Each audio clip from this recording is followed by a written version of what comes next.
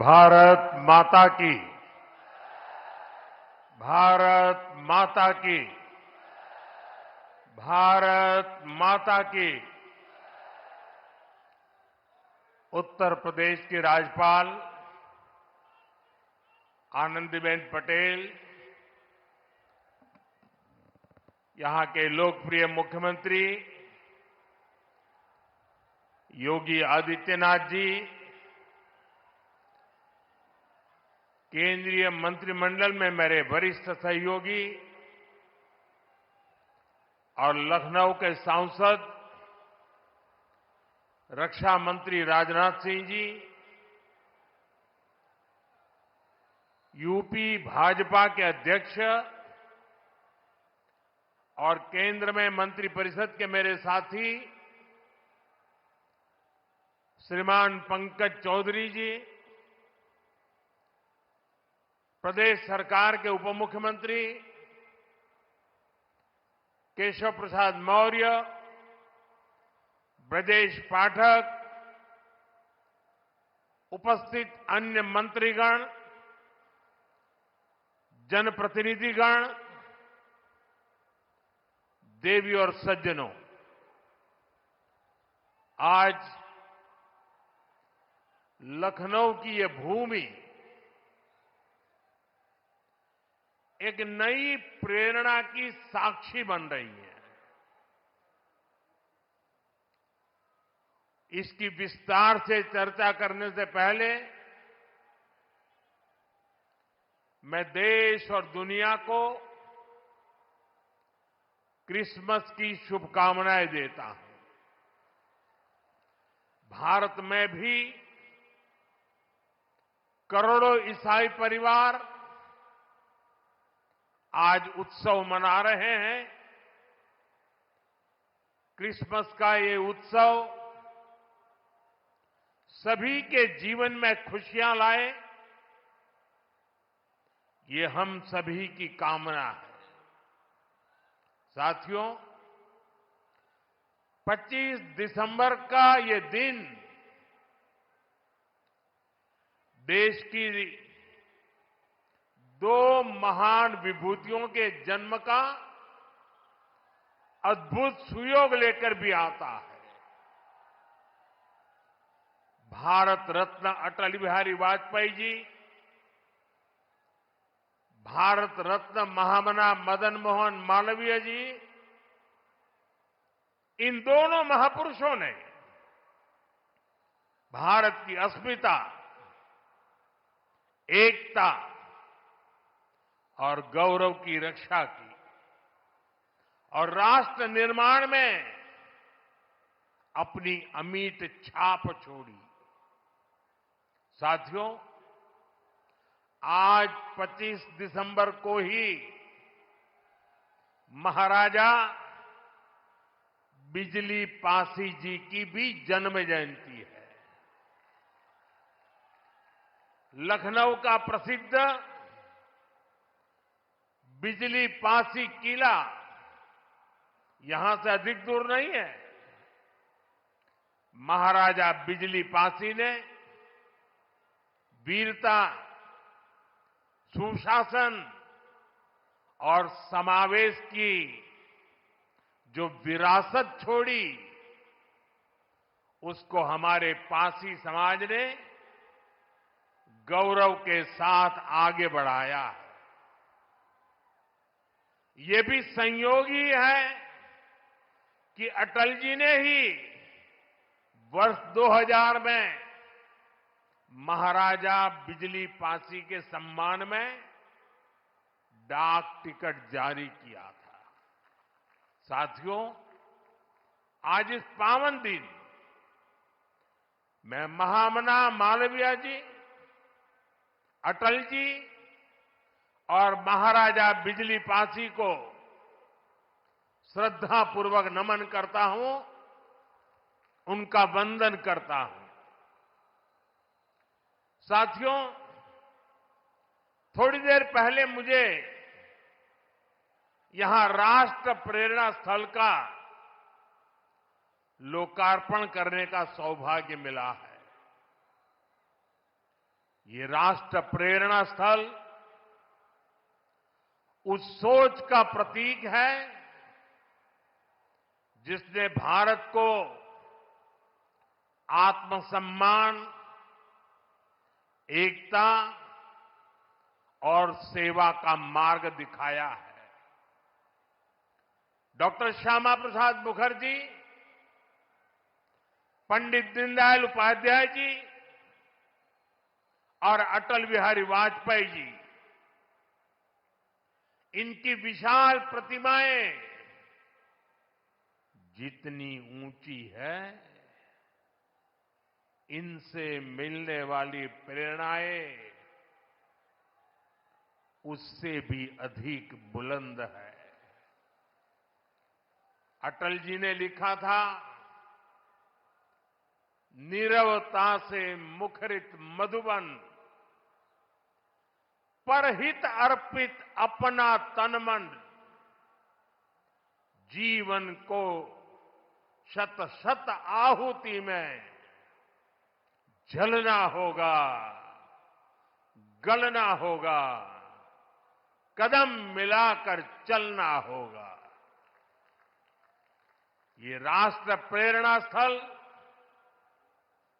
हमें संदेश देता है कि हमारा हर कदम, हर पग, हर प्रयास राष्ट्र निर्माण के लिए समर्पित हो।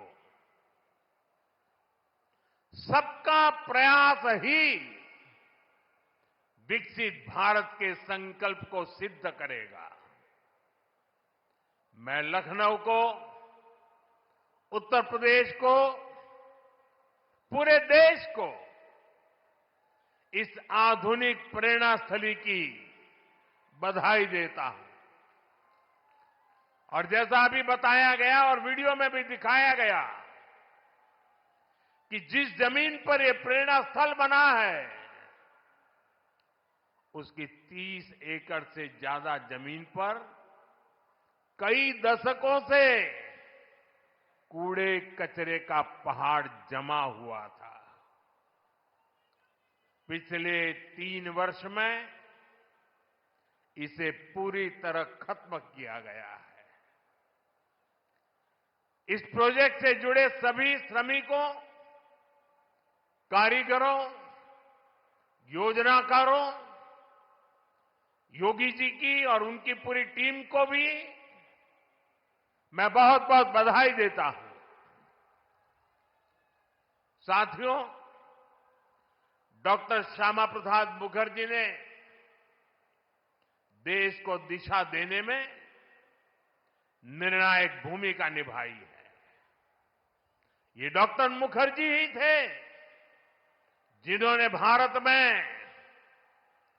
2 विधान, 2 निशान और 2 प्रधान के विधान को खारिज कर दिया था। आजादी के बाद भी जम्मू कश्मीर में ये व्यवस्था भारत की अखंडता के लिए बहुत बड़ी चुनौती थी। भाजपा को गर्व है कि हमारी सरकार को आर्टिकल 370 की दीवार गिराने का अवसर मिला। आज भारत का संविधान जम्मू कश्मीर में भी पूरी तरह लागू है। साथियों, स्वतंत्र भारत के पहले उद्योग मंत्री के रूप में डॉक्टर मुखर्जी ने भारत में आर्थिक आत्मनिर्भरता की नींव रखी थी। उन्होंने देश को पहली औद्योगिक नीति दी थी, यानी भारत में औद्योगिकरण की बुनियाद रखी थी। आज आत्मनिर्भरता के उसी मंत्र को हम नई बुलंदी दे रहे हैं। मेड इन इंडिया सामान आज दुनिया भर में पहुंच रहा है। यहां यूपी में ही देखिए, एक तरफ एक जनपद एक उत्पाद का इतना बड़ा अभियान चल रहा है। छोटे छोटे उद्योगों, छोटी छोटी इकाइयों का सामर्थ्य बढ़ रहा है। दूसरी तरफ यूपी में बहुत बड़ा डिफेंस कॉरिडोर बन रहा है। ऑपरेशन सिंदूर में दुनिया ने जिस ब्रह्मोस मिसाइल का जलवा देखा, वो अब लखनऊ में बन रही है। वो दिन दूर नहीं जब यूपी का डिफेंस कॉरिडोर दुनिया भर में डिफेंस मैन्युफैक्चरिंग के लिए जाना जाएगा। साथियों, दशकों पहले पंडित दीनदयाल उपाध्याय जी ने अंत्योदय का एक सपना देखा था। वे मानते थे कि भारत की प्रगति का पैमाना अंतिम पंक्ति में खड़े अंतिम व्यक्ति के चेहरे की मुस्कान से मापा जाएगा। दीनदयाल जी ने एकात्म मानववाद का दर्शन भी दिया, जहां शरीर, मन, बुद्धि और आत्मा सबका विकास हो। दीनदयाल जी के सपने को मोदी ने अपना संकल्प बनाया है।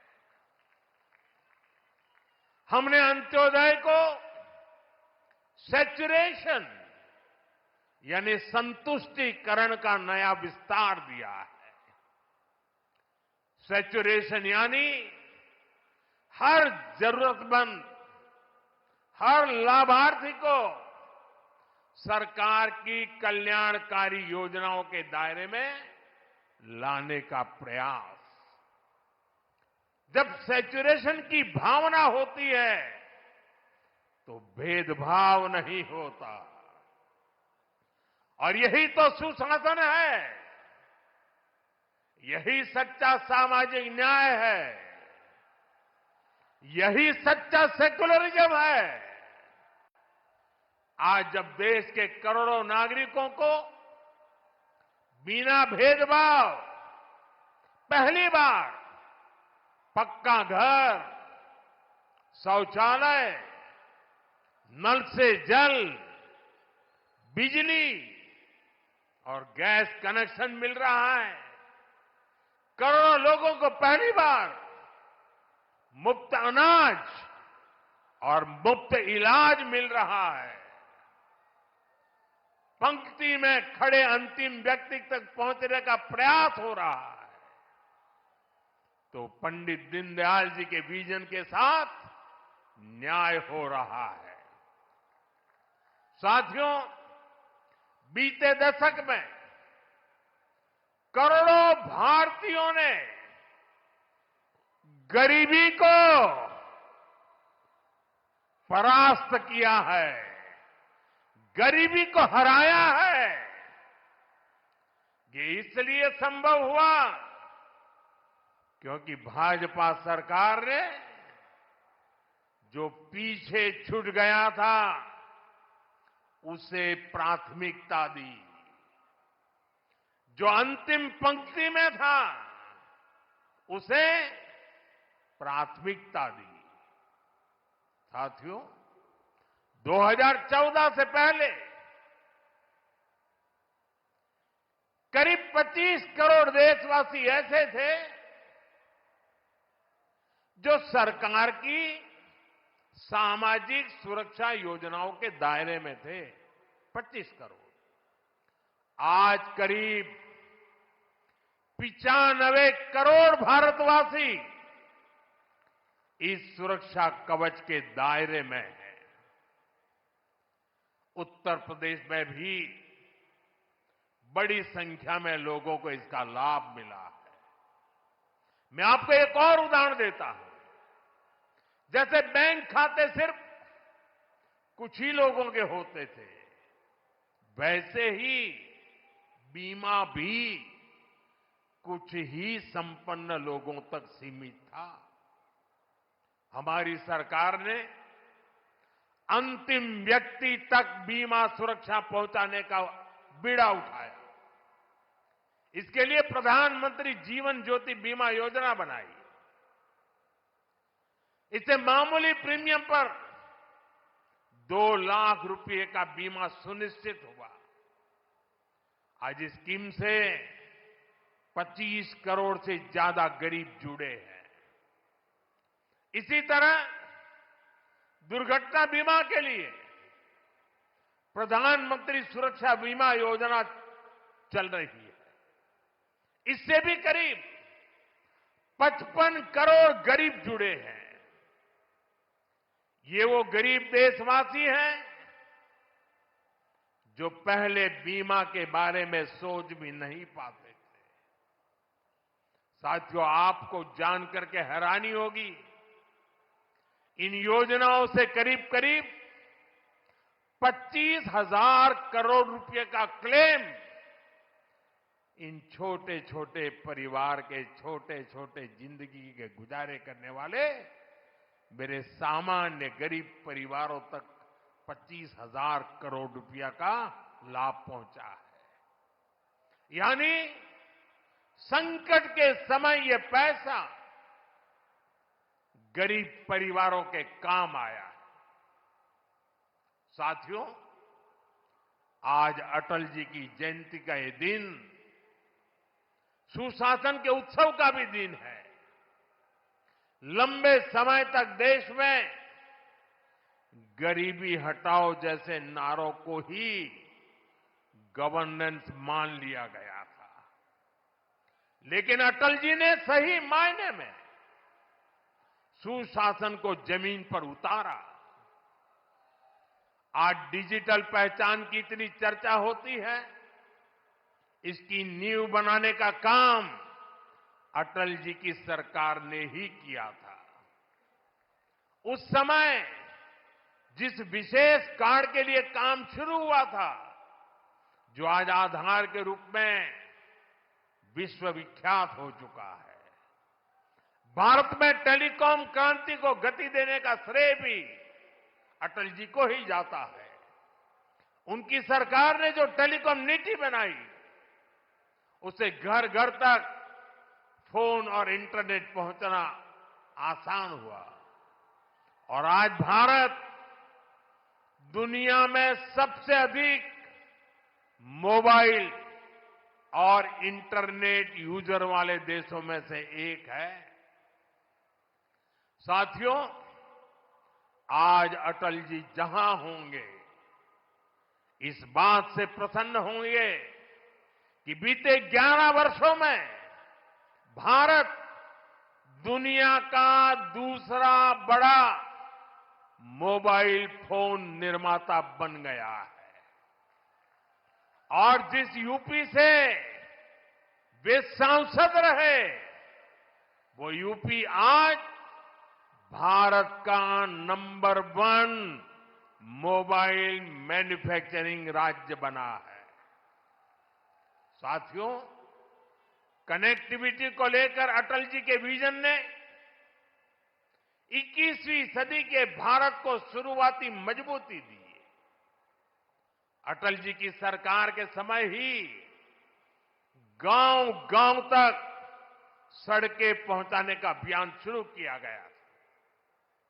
उसी समय स्वर्णिम चतुर्भुज यानी हाईवे के विस्तार पर काम शुरू हुआ था।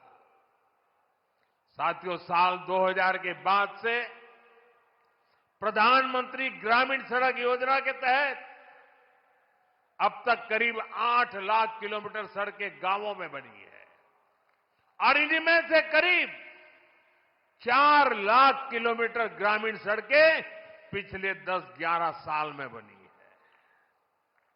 और साथियों, आज आप देखिए, आज हमारे देश में अभूतपूर्व गति से एक्सप्रेसवे बनाने का काम कितनी तेजी से चल रहा है।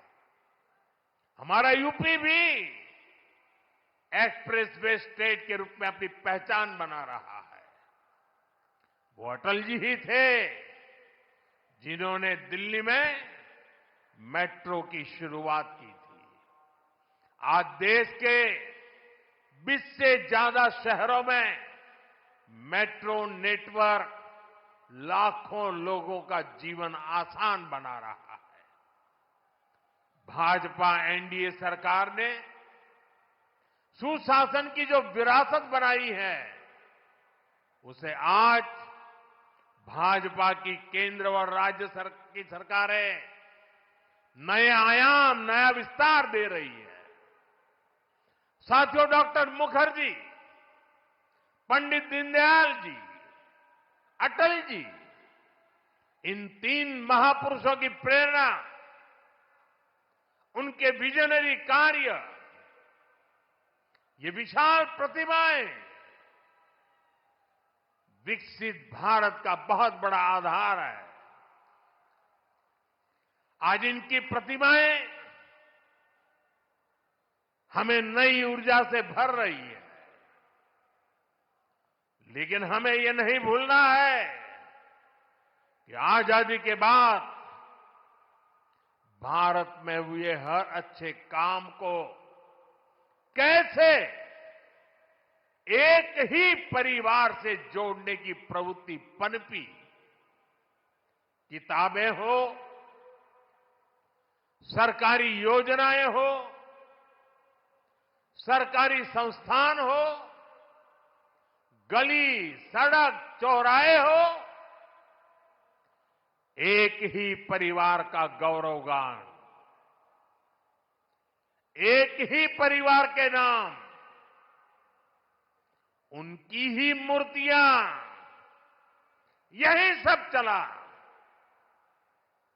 भाजपा ने देश को एक परिवार की बंधक बनी इस पुरानी प्रवृत्ति से भी बाहर निकाला है। हमारी सरकार मां भारती की सेवा करने वाली हर अमर संतान, हर किसी के योगदान को सम्मान दे रही है। मैं कुछ उदाहरण आपको देता हूं। आज नेताजी सुभाष चंद्र बोस की प्रतिमा दिल्ली के कर्तव्य पथ पर है। अंडमान में जिस द्वीप पर नेताजी ने तिरंगा फहराया, आज उसका नाम नेताजी के नाम पर है। साथियों, कोई नहीं भूल सकता कि कैसे बाबा साहब आंबेडकर की विरासत को मिटाने का प्रयास हुआ। दिल्ली में कांग्रेस के शाही परिवार ने यह पाप किया और यहां यूपी में सपा वालों ने भी यही दुस्साहस किया। लेकिन भाजपा ने बाबा साहब की विरासत को मिटने नहीं दिया। आज दिल्ली से लेकर लंदन तक बाबा साहब आंबेडकर के पंचतीर्थ उनकी विरासत का जयघोष कर रहे हैं। साथियों, सरदार वल्लभ भाई पटेल ने सैकड़ों रियासतों में बटे हमारे देश को एक किया था। लेकिन आजादी के बाद उनके काम और उनके कद दोनों को छोटा करने का प्रयास किया गया। ये भाजपा है जिसने सरदार साहब को वो मान सम्मान दिया जिसके वो हकदार थे। भाजपा ने ही सरदार पटेल की विश्व की सबसे ऊंची प्रतिमा बनाई, एकता नगर के रूप में एक प्रेरणा स्थली का निर्माण किया। अब हर साल वहां 31 अक्टूबर को देश राष्ट्रीय एकता दिवस का मुख्य आयोजन करता है। साथियों, हमारे यहां दशकों तक आदिवासियों के योगदान को भी उचित स्थान नहीं दिया गया। हमारी सरकार ने ही भगवान बिरसा मुंडा का भव्य स्मारक बनाया।